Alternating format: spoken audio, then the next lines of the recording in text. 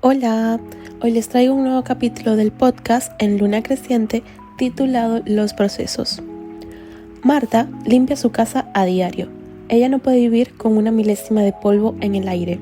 Limpia su ambiente, cada rincón y cualquier lugar en el que va tiene que estar pulcro. Es por eso que nunca sale de casa. No tiene amigos, no tiene tiempo para tenerlos por dedicarlos a la limpieza y aunque ella no lo note, está sumida en una depresión de la que no puede salir, porque ya es parte de su vida. Y ella limpiando es feliz y ver la suciedad la motiva a limpiar y querer sentirse útil para la sociedad, aunque su sociedad ahora mismo se limita a ella misma. Ricardo tiene 2 autos de lujo. Él ha vivido toda su vida por esos autos. Antes de tenerlos, solo quería comprarlos y al comprarlos, su obsesión es tal que no ha dejado que nadie se acerque ni a tomarles fotos. Él vive para esos autos, ha dejado su empleo, ya está en edad de jubilación, pero todo lo que ingresa a su cuenta es para el mantenimiento de sus autos. No tiene contacto con su familia, se alejó de todos. No aceptó nunca ir con el terapeuta porque según él no tiene ningún problema. Él está feliz. Sin embargo, Ricardo sufre un problema muy grave con la depresión, que hace décadas que la ha asumido como propia. Él no ha botado ni una lágrima, él no piensa en cortarse las venas ni en momentos tristes. Pero ¿se imaginan qué pasaría si un día los autos de Ricardo se quemasen? ¿Qué sería de su vida? ¿Se imaginan qué pasaría si Marta estuviera obligada a vivir en un lugar donde le prohibieran limpiar? La luna creciente es una fase lunar en donde ésta, con el pasar de los días, se va llenando un poco más de luz. Literalmente sucede así, y pasa cada mes, sin faltar ninguno, y es un proceso que ocurre para poder llegar a otra fase lunar, que cumple un ciclo y una función vital con la gravedad de la Tierra, con las mareas en los océanos, etc. ¿Qué pasaría si de pronto la luna decidiera saltarse esa fase? Que un día dijera, mira, hoy de luna nueva paso a llena porque me vale el crecimiento. ¿Cómo es posible que una persona de 15 años pase a tener 20 sin haber cumplido 5 años entre esos 2 números? Sucede que es cierto lo que nos dicen, que no se puede tapar el sol con un dedo, que las cosas ocurren por y para algo, que nadie nace aprendido, que más sabe el diablo por viejo que por diablo. Y seguramente existirán muchas más frases que todavía no conozco, pero que en mi proceso seguro aprenderé. Porque todos debemos pasar por un proceso. Nadie está aprendido ni es más fuerte que otros. Y en esta historia sucede algo que seguramente te sucede a ti y no te has dado cuenta. O si te diste cuenta, quiero que sepas que te puede volver a pasar mientras estés respirando y sobre esta tierra. Marta siempre vivió con sus padres. Ella no tuvo hermanos. Sus padres la tuvieron cuando ya eran mayores. Su papá anhelaba tener el hijo perfecto. Deseaba que fuera vendedor de autos como él, que fuera muy fuerte como él y seguramente también que le llovieran las chicas como a él. Sin embargo, en junio de 1987, Victoria, su esposa, da luz a Marta y no a Pablo. Fue la decepción más grande para Ricardo, quien había deseado un hijo más que nada en este mundo. Él era bastante masculino, como para pretender jugar con muñecas y comprar vestidos. Así que no fue un padre muy presente en el crecimiento de su hija. Durante toda su niñez y adolescencia, muy poco le habló, y es que en el fondo no sabía cómo expresarse con niñas. Él se había idealizado un varón, cosa que nunca pasó. Mientras que Victoria estaba muy feliz de tener una niña. Sería la niña perfecta, con vestidos rosas y muchas muñecas. Para Victoria, en cambio, su mundo era de flores. Imagínense a una mujer saltando entre rosas, rojas, amarillas y rosadas. Vivía totalmente opuesta a su marido Ricardo. Y así había sido durante 20 años y así sería siempre. Crió a Marta entre amigas tomando el té y escogiendo decoración para el salón.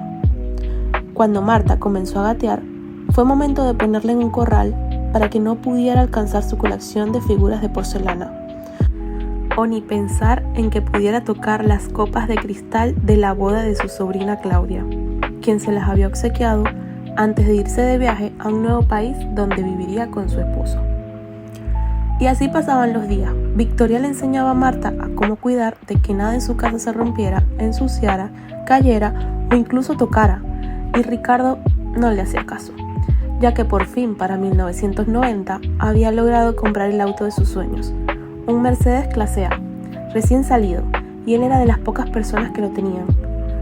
Claramente, ni Victoria ni Marta podían acercarse al auto.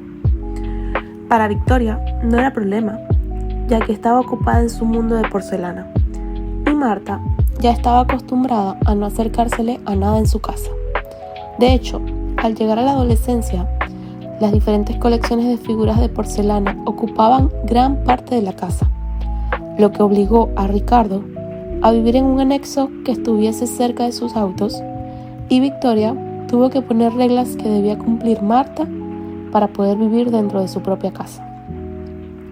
Las cuales eran que, por ejemplo, 2 veces al día el piso debía limpiarse para que estuviese brillante, tan brillante que sus figuras se reflejasen en él. 2 veces a la semana limpiar delicadamente sus figuras y una vez por mes realizar un conteo de las mismas. A Marta no le quedaba opción que obedecer a su madre, y en realidad no tenía otras opciones. Ya casi iba a cumplir la mayoría de edad y no podía pensar en otra cosa que limpiar figuras y pisos, espejos, la cocina, el aseo. Eso había hecho toda su vida.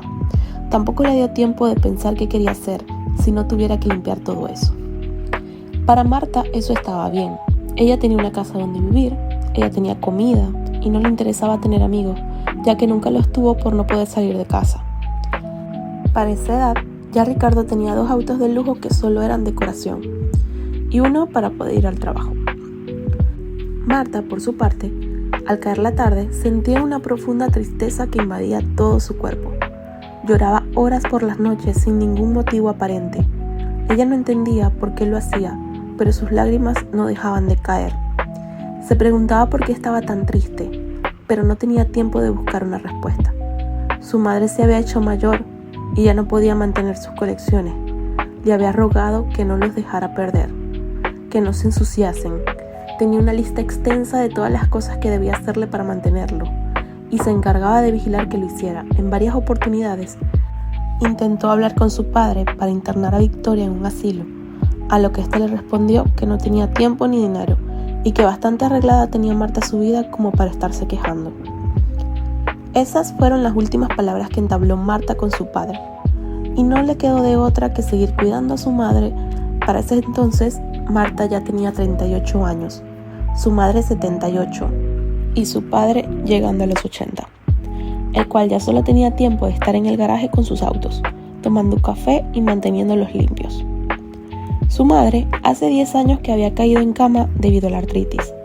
A este punto, ya Marta veía su vida pasar sin ningún sentido, pero no fue hasta este momento en que se dio cuenta que su vida debía cambiar, y ya lo sentía un poco tarde, porque nunca terminó sus estudios. No sabía hacer otra cosa que cuidar la colección de su madre y a su madre. No podía irse de casa y dejar a su madre sola. Tenía más de 20 años sin salir de casa, no conocía a nadie. ¿Qué podría hacer? Nunca fue capaz de tomar el rumbo de su vida. Nunca fue capaz de afrontar a sus padres y pensar por sí misma. No tomó una decisión propia, así que jamás tuvo que lidiar con las propias consecuencias de sus actos, porque nunca las tuvo. Hasta el día que una bomba dentro de casa explotó, arrasando con todo. Y es que era cuestión de tiempo, creo que más bien se había tardado un poco. Marta, de las pocas cosas que aprendió en su vida, una de las que mejor le salía era la de afilar cuchillos. Y parecerá raro, pero lo aprendió muy bien en los últimos años, ya que su mamá no podía cortar los alimentos y ella aprendió a usar los cuchillos de su casa, los cuales al tener ya un tiempo, ya que fueron los únicos en esa casa, solían perder el filo muy fácil y con una piedra los afilaba muy bien. Y la particular forma que tenía Marta para saber si sus cuchillos estaban listos era haciéndose una cortada superficial en el brazo. Si esta se podía hacer con facilidad, el cuchillo estaba listo para cortar carne o lo que fuera. Así que Marta, esa tarde, se tomó la tarea de afilar todos los cuchillos de su casa. Miró a la habitación y su mamá se encontraba dormida aún. Era muy temprano. Se asomó al garaje y estaba su padre sentado en una silla mecedora tomando un café, por lo que por primera vez en su vida entró en él, con el cuchillo más grande y filoso que tenía en la cocina. Se acercó a su padre por detrás, tomándolo bruscamente del cabello grisáceo que rodeaba toda su cabeza y dejando el cuello libre y abierto, para que con todas sus fuerzas atravesarlos con el cuchillo. Al padre no le dio tiempo ni de mirar quién había sido. Se desplomó inmediatamente y litros de sangre comenzaron a salir. En ese momento, Marta entró en una crisis. Primera vez que veía tanta sangre junta. No sé qué pasaba por su cabeza o qué esperaba, pero no estaba preparada para tal escena. Comenzó a tener un ataque de ansiedad muy fuerte por la suciedad y el desastre a su alrededor. Así que para calmarse, tomó los implementos de limpieza y empezó a limpiar todo el lugar. A su padre lo cogió de las piernas y con una alfombra lo enrolló y lo dejó en una esquina, como para que no le estorbase. Y así pasó 2 días limpiando, quitando el olor a sangre y asegurándose que no hubiera ni una gota de sangre en ninguna parte. Luego, al pasar los 2 días, se encargó del cadáver cortándolo en muchos trozos para poder tirar a la basura a diario un pedazo y que nadie pudiera notarlo. Al cabo de una semana, ya su padre había quedado listo. No habían rastros de él, tampoco de sangre, y para ella simplemente se había esfumado. Durante toda esa semana, su madre estuvo en cama, y mientras ella pasaba medio día limpiando y cortando a su padre, la otra mitad del tiempo cuidaba a su madre, alimentándola y dando sus medicamentos, limpiando la casa, la colección y teniendo todo en orden. Se dio cuenta que el trabajo con su padre había sido agotador, muy sucio y desastroso, y aún en su cuerpo podía notar cierto olor a sangre que no lograba quitarse.